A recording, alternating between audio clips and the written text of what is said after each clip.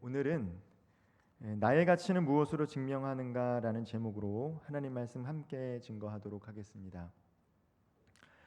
오늘 이제 설 명절인데요. 설 명절 때 아마도 이 청년의 때에 좀 불편한 우리 지체들도 있을 것 같아요. 이제 취업을 앞두고 있는 지체들은 아마도 우리 가족들과 친지들을 만나면 이제 물어보시더라고요. 어떻게 준비하고 있냐. 그 말을 들으면 참 부담이 됩니다. 또한 이제 결혼 정년기인 청년들, 조금 혼기를 지난 청년들 같은 경우는 언제 결혼하냐, 아니면 짝이 있냐 이렇게 물어볼 때마다 마음의 부담감이 생기지 않을 수 없습니다.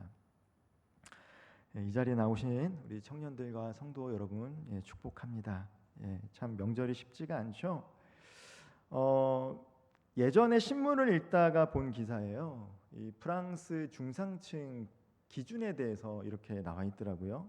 한국의 중상층과 프랑스의 중상층 이렇게 비교를 했는데, 이 프랑스의 중상층은 외국어는 하나 정도 할 수 있어야 하고, 그리고 직접 즐기는 스포츠가 있고, 다룰 줄 아는 악기가 있고, 남들과 다른 요리를 할 수 있으며, 또 공분, 그러니까 어떠한 의제에 관해서 의로운 분노를 낼 수 있고 참여하고, 또 마지막으로 약자를 도우며 봉사활동을 꾸준히 하는 것이 중산층의 기준이다라고 이렇게 하더라고요.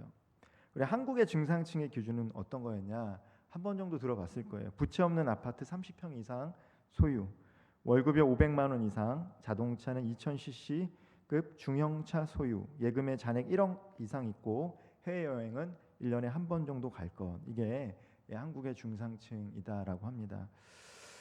우리가 가치 있다고 생각하는 것은 우리가 속한 이 사회와 공동체가 만들어가는 기준이기도 합니다. 아마 한국 사람들은 이런 기준에 맞춰서 아마도 살아가고 싶지 않아도 늘 비교하며 살아가지 않을까라는 생각이 들어요. 우리는 하나님 나라의 시민인데 우리는 어떤 기준에 맞춰서 삶을 살아야 될까? 우리의 기준은 어디일까? 세상 사람들이 만들어 놓은 기준이 아니라 하나님께서 우리에게 만들어 놓은 기준은 무엇이고, 또 우리는 어떤 기준에 맞춰서 살아가야 될까요? 오늘 이사야 49장 5절 말씀을 다시 한번 제가 읽어보도록 하겠습니다. 이사야 49장 5절 말씀인데요. 이제 여호와께서 말씀하시나니 그는 태에서부터 나를 그의 종으로 지으신 이시요 야곱을 그에게로 돌아오게 하시는 이시니 이스라엘이 그에게로 모이는도다. 그러므로 내가 여호와 보시기에 영화롭게 되었으며 나의 하나님은 나의 힘이 되셨도다. 오늘 말씀을 보면요, 내가 여호와 보시기에 영화롭게 되었으며 나의 하나님은 나의 힘이 되셨도다라고 이야기합니다. 이 말씀은 직접적으로 이 여호와의 종에 대해서 예언을 하는 거예요. 선지자 이사야를 통해서 멀리는 예수 그리스도, 이스라엘뿐만 아니라 죄로 얼룩진 이 세상을 회복시키실 예수 그리스도에 대한 예언의 말씀입니다. 그러나 오늘 우리가 이 시점에서 이 하나님의 말씀을 읽을 때 오늘 이 말씀을 이제 나의 말씀, 레마의 말씀, 로고스가 아니라 레마의 말씀으로 좀 받아들이기를 원합니다. 이것이 나에게도 적용되는 말씀이다라고 생각을 하고 우리가 이 말씀을 좀 받았으면 좋겠습니다. 하나님의 말씀은 구원받은 우리가 하나님 보시기에 영화롭게 된 사람이라고 얘기해요. 하나님 보시기에 영화롭게 되다. 우리가 하나님께 영광을 돌려야 되지만 하나님 보시기에 우리가 영화롭게 된 사람이다라고 합니다.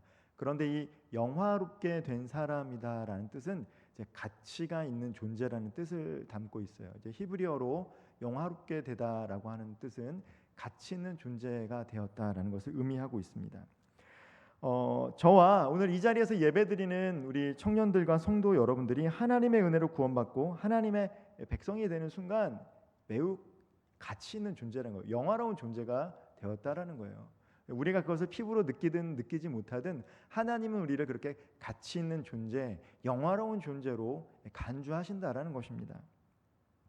우리는 우리 자신의 가치를 잘 알아야 돼요. 내가 어떤 사람인지, 내가 예수 그리스도의 핏값으로 산 존재다라는 사실을 우리가 머리로는 잘 인식하고 살아가는데 그 가치가 얼마만큼 중요한가라는 것을 잊고 살아갈 때가 있습니다. 나의 가치를 제대로 안다라는 것은 내가 얼마나 소중한 자임을 깨닫는 거예요. 세상 속에서 세상에 만들어 놓은 기준이 있겠죠. 근데 그 기준에 미치지 못하더라도 세상에 만들어 놓은 기준과 상관없이 내가 얼마나 소중한 존재인가를 아는 게 가치를 제대로 아는 삶입니다. 하나님께서 쓸모없는 나와 같은 이 죄인을 예수 그리스도의 보혈로 말미암아 영화롭게 가치 있는 존재로 만들어 주셨다라는 것을 우리는 믿음의 눈으로 나 자신을 바라보고 서로를 바라볼 수 있어요. 얼마나 내가 가치 있는 존재인가. 여러분 세뱃돈 받으셨습니까?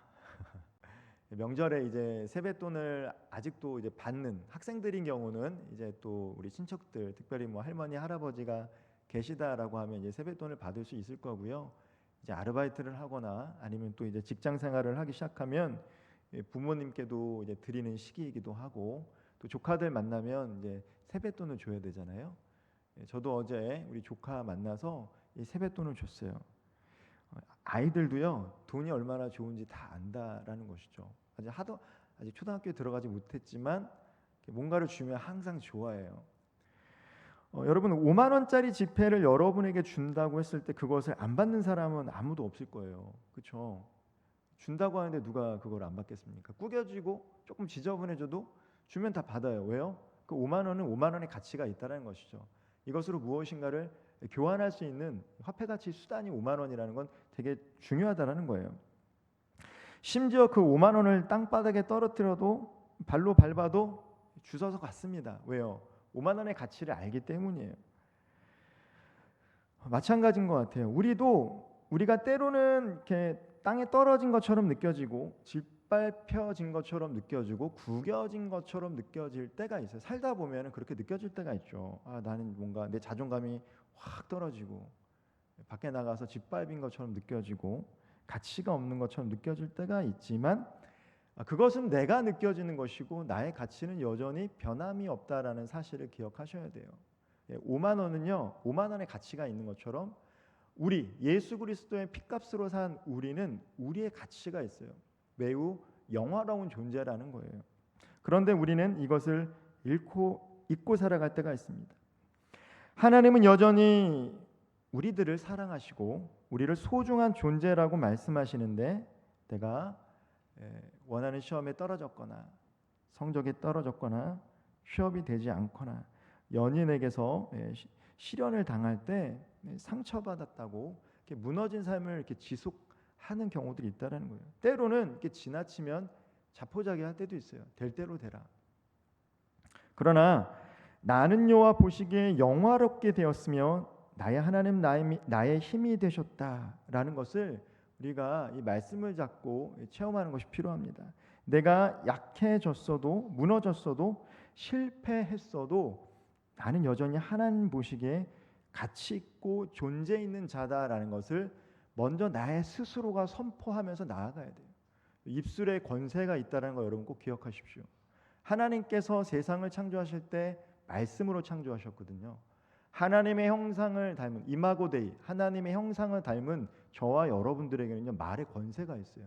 그래서 하나님은 우리가 축복하는 사람은 축복을 받고요, 저주하는 사람은 저주받는다라고 했습니다.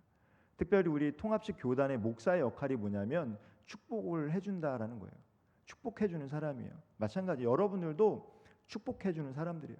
우리 입술에 권세가 있거든요. 우리가 말하면 그 말씀을 통해 하나님 일하시는 거예요. 내 스스로가 나는 가치 있는 존재다라는 것을 인식하고 선포하며 나아갈 때 우리의 삶을 하나님이 그렇게 만들어주세요. 그런데 우리가 나는 그런 존재가 아니야, 스스로를 그렇게 자존감이 낮아진 상태로 무너진 상태로 실패한 상태로 이야기하고 살아가면요 하나님께서 일하고 싶어도 일하실 수가 없습니다. 이전에는 내가 그렇게 하지 못했다 할지라도 이렇게 선포하는 것들이 필요합니다. 맞다, 나는 하나님께서 나를 구원하시고 영롭게 하신 존재지 나는 가치 있는 존재지 라는 것을 사람들이 인정하든 인정하지 않든 그게 중요한 게 아니라 내가 선포하며 나아갈 때 하나님이 우리들의 삶을 통해 일하신다는 것을 믿으시기를 소망합니다. 선포하시기를 바랍니다. 나는 가치 있는 존재다, 나는 영화로운 존재다. 그럼 어떻게 됩니까? 나의 하나님이 나의 힘이 되심을 경험하며 살아가게 돼요. 사도 바울이나 다윗처럼 믿음의 사람들이 선포하며 나아갔던 것처럼 우리들의 삶 가운데 하나님이 나의 힘이 되심을 경험하게 되는 거예요. 이처럼 나의 가치를 분명히 알고 믿음의 자세를 잃어버리지 않고 살아가게 되면요, 이 말씀 속에서 역사하셨던 하나님이 우리들의 삶 가운데도 역사하심을 경험하게 되는 것입니다. 예. 이러한 것들을 경험하며 살아갈 수 있는 우리 모든 청년들 되기를 주님의 이름으로 축원드립니다. 예. 우리가 자신의 가치를 제대로 인식하지 못할 때 우리는 가치 있는 존재임에도 불구하고 가치 없는 인생을 살아갈 때가 있다라는 거예요. 매 주일날 예배를 드리고 하나님의 사랑받은 자녀다, 선택받은 사람이다, 너는 영화로운 존재다. 근데 이것을 우리가 말씀을 읽지만 이것을 내가 레마의 말씀으로, 로고스의 말씀만이 아니라 나의 말씀으로 받아들이고 내가 그렇게 인식을 해야 되는 거예요. 가정에서 우리 부모님이 나를 자존감을 높여주면 좋겠죠. 칭찬해주고 잘한다 칭찬해주면 좋겠죠. 근데 그러지 못하는 가정들도 있어요. 여러분들의 직장 상사나 학교 동료들이 여러분들의 자존감을 높여주면 좋겠죠. 뭐 하면 발표 잘했다고, 잘했다고. 근데 그렇지 못할 때가 있다라는 거예요. 근데 그 상황에서 어떻게 됩니까? 어떠하든 간에 나는 가치 있는 존재구나. 가치 있는 존재구나. 어제 뉴스를 보다가 참 이게 저도 축구를 이렇게 관심 있게 보진 않는데 이번에 축구 성적이 별로 안 좋잖아요. 축구 성적이 안 좋고 그런데 우리 대표팀 감독이 계속 웃더라고요.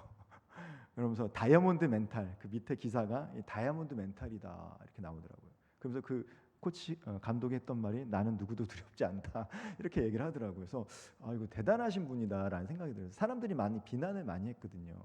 이게 뭐냐. 그럼에도 불구하고 계속 웃더라고요. 그래서 웃는 사람이 인류다 이렇게 멘트를 이렇게 달았던데 그건 거예요. 물론 자기가 잘못한 건 잘못했다고 인정을 해야 되지만 그럼에도 불구하고 나 스스로는 그렇게 살아가는 게 나의 삶을 건강하게 만드는 비결인 것 같습니다. 예전에 첼시에서 뛰었던 이 드록바라고 디디에 드록바라는 축구 선수가 있었어요. 좀 예전 사람이죠. 좀 예전 사람입니다. 디디에 드록바라는 사람인데 이 사람의 국적은 코트 디부아르라는 아프리카 나라예요. 처음 들어보실 수도 있어요. 근데 인구가 한 3천만 명 정도 되는 나라인데 우리에겐 너무나도 생소한 나라입니다. 그 나라는 2002년부터 북부 이슬람 반군과 남부 정부군이 5년 동안 내전을 했어요. 5년 동안. 뭐 이게 소국가고 가난한 나라니까 전쟁이 나든 내전이 나든 그게 이슈화되지 않죠. 아프리카는 여전히 내전이 많이 있습니다. 많이 죽어가지만 그냥 이슈화되지 않을 뿐이에요. 물론 이제 러시아나 우크라이나, 대만과 중국 이런 강대국들이 긴장 관계가 있으면 이렇게 우리들 언론을 접하지만 사실 저 아프리카에 가면은 우리가 알지도 못하는 나라들이 많고 여전히 소년병들이 피를 흘리고 죽어가는 현실이 아프리카입니다. 이 내전 때문에 수만 명의 사람들이 목숨을 잃었고 70만 명의 난민이 발생했어요. 먼 얘기가 아니죠. 2002년이에요. 이런 와중에 2006년도 이 독일 월드컵 본선에 이 코트 디부아르가 진출하게 돼요. 그리고 월드컵 티켓을 거머쥐면서 생중계를 할 수 있는 순서가 있었습니다. 근데 이 디디에 드록바라고 하는 선수가 어떤 얘기를 했냐? 자기의 몸값을 높일 수 있는 첼시에 뛰고 있었는데 자기의 몸값을 높일 수 있는 얘기를 할 수도 있었고 아니면 또 자기가 속한 팀에 대해서 얘기할 수도 있었고 아니면 승리에 대한 확신을 얘기할 수도 있었겠죠. 그런데 그는 어떤 이야기를 했냐면 적어도 월드컵 본선이 진행되는 일주일 동안만이라도 전쟁을 멈추게 해주십시오라고 했어요. 사람들은 잘 몰라요. 이 나라가 어떤 나라가 어디에 있는지도 모르고 그리고 이 나라가 어떤 상황에 처했는지 아무도 몰라요. 대부분 잘 모릅니다. 그런데 이 첼시에서 뛰고 있던 디디에 드록바가 우리가 지금 전쟁 중인데 지금 이 월드컵 본선에 진출해서 경기를 뛰는 일주일만이라도 전쟁을 멈추게 해주세요라고 했어요. 근데 놀랍게도 이 북부 반군과 남부 정부군 리더들이요 정말로 평화협정을 맺었습니다. 언론이 주목하니까 평화협정을 맺었습니다.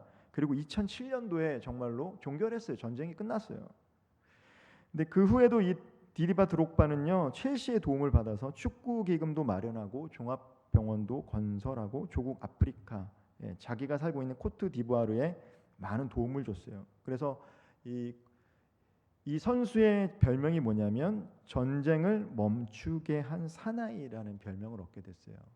전쟁을 멈추게 한 사나이. 여러분, 이 드록바보다 축구를 잘하는 축구 선수들은 많이 있습니다. 그렇죠? 축구를 잘하는 사람은 많이 있어요. 그보다 연봉을 더 많이 번 사람도 많이 있습니다. 기량이 뛰어난 선수도 많이 있어요. 근데 정말로 이 선수처럼 영향력이 있는 선수가 누가 있을까라는 생각이 들어요. 여러분, 우리도 마찬가지인 것 같아요.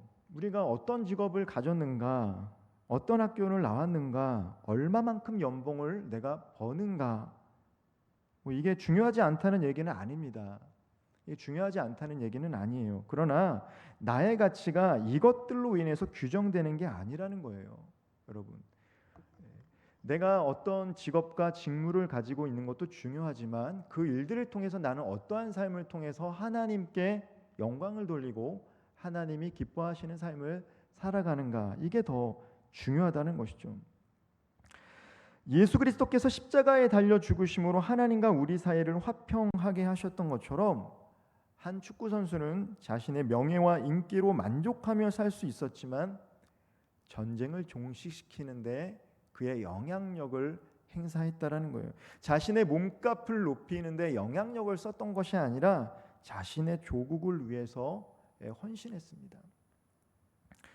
우리가 비록 그리스 사람처럼 인기가 있거나 명예가 있거나 돈은 없지만 하나님께서 우리 각자의 삶 가운데 우리 한 사람 한 사람을 통해서 각자 하나님이 기뻐하시는 일을 하면서 살아갈 수 있도록 우리를 이렇게 부르셨어요.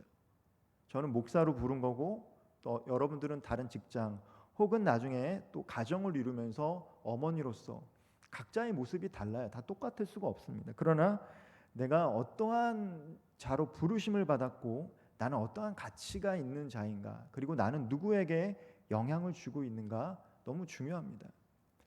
한 사람에게도 한 사람에게만 예수 그리스도를 증거하더라도 그거는 매우 값진 인생을 살아가는 거예요. 값진 인생. 한 사람에게도. 여러분들이 믿음의 배우자를 만나면 좋지만 믿음의 배우자를 만나지 못했다, 나중에 결혼했을 때 그 사람이 복음을 증거하는 건 너무 가치 있는 것입니다.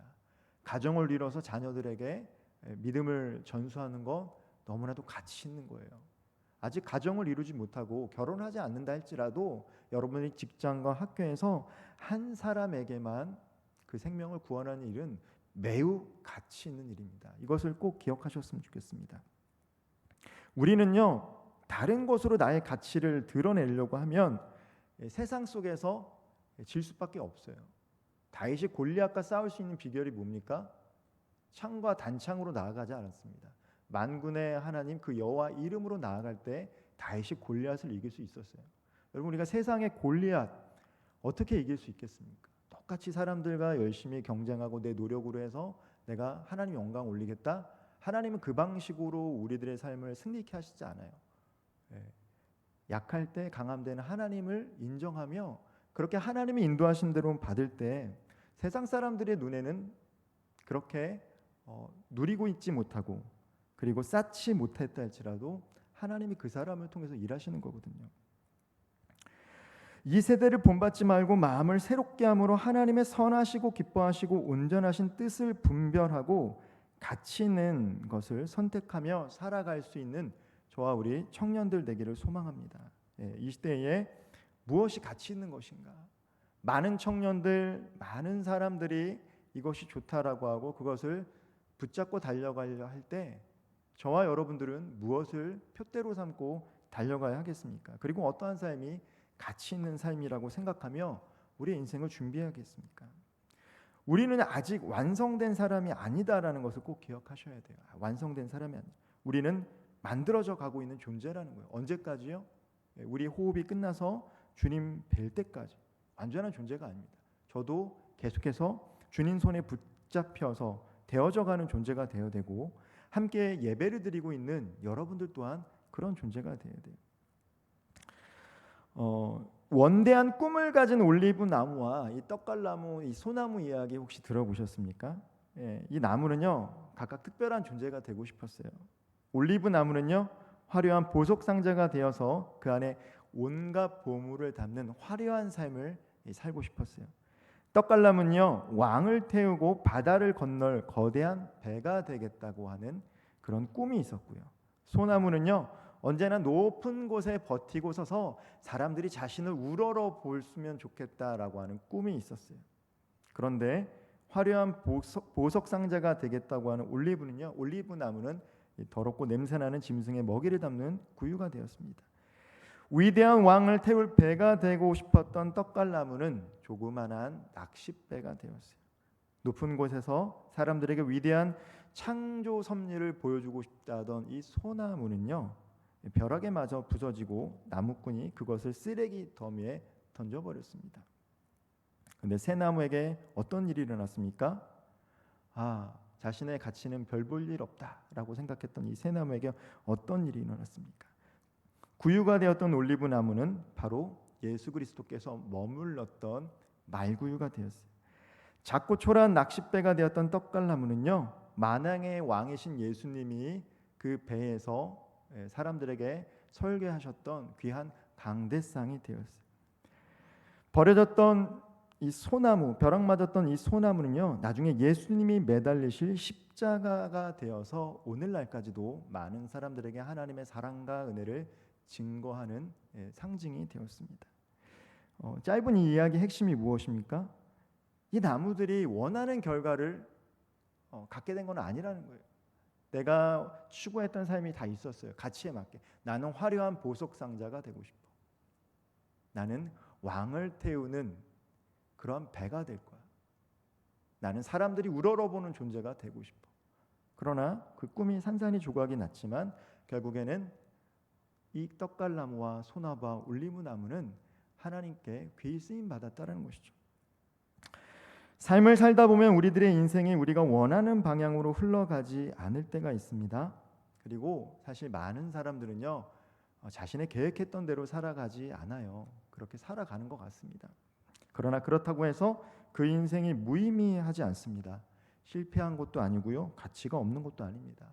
내가 계획했던 대로 이루지 못한다고 해서 그것은 결코 무의미하거나 실패하거나 가치가 없는 것이 아니라는 거예요. 여러분, 하나님의 계획은 우리의 계획보다 더 크고 완벽하시기에 우리의 삶을 가장 선한 길로 인도하고 계심을 믿으시기를 바랍니다. 하나님은요 우리의 계획보다 더 큰 계획을 갖고 계세요. 우리는 완성된 작품이 아니라 완성되어져 가는 작품입니다. 어쩌면 명절날을 맞이해서 내 모습만을 바라볼 때가 있을 거예요. 여러분을 두고 하는 말이 아니라 예전에 제 모습이 그랬다는 거. 명절이 되면은 자존감이 낮아지더라고요. 이게 뭐지? 이게 뭐지? 친척들 만나면 이렇게 물어보잖아요. 이렇게 힘들더라고요. 여러분들을 향한 말이 아니라 사실 저에게 향하는 말인 거예요. 근데 우리는 현재 나의 모습만 바라보고 내가 거둔 성과나 결과물을 보고 이렇게 나를 판단하지만 하지만 우리 하나님 그것을 기준으로 삼지 않습니다, 여러분.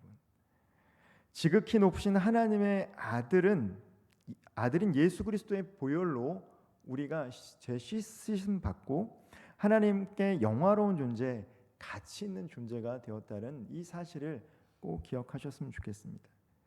인생이 원하는 방향으로 나아가지 않아서 실패한 듯 느껴질 때가 있고요.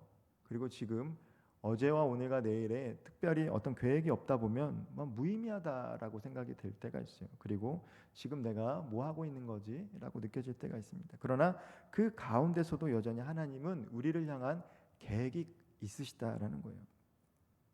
이제 말씀을 좀 마무리하겠습니다.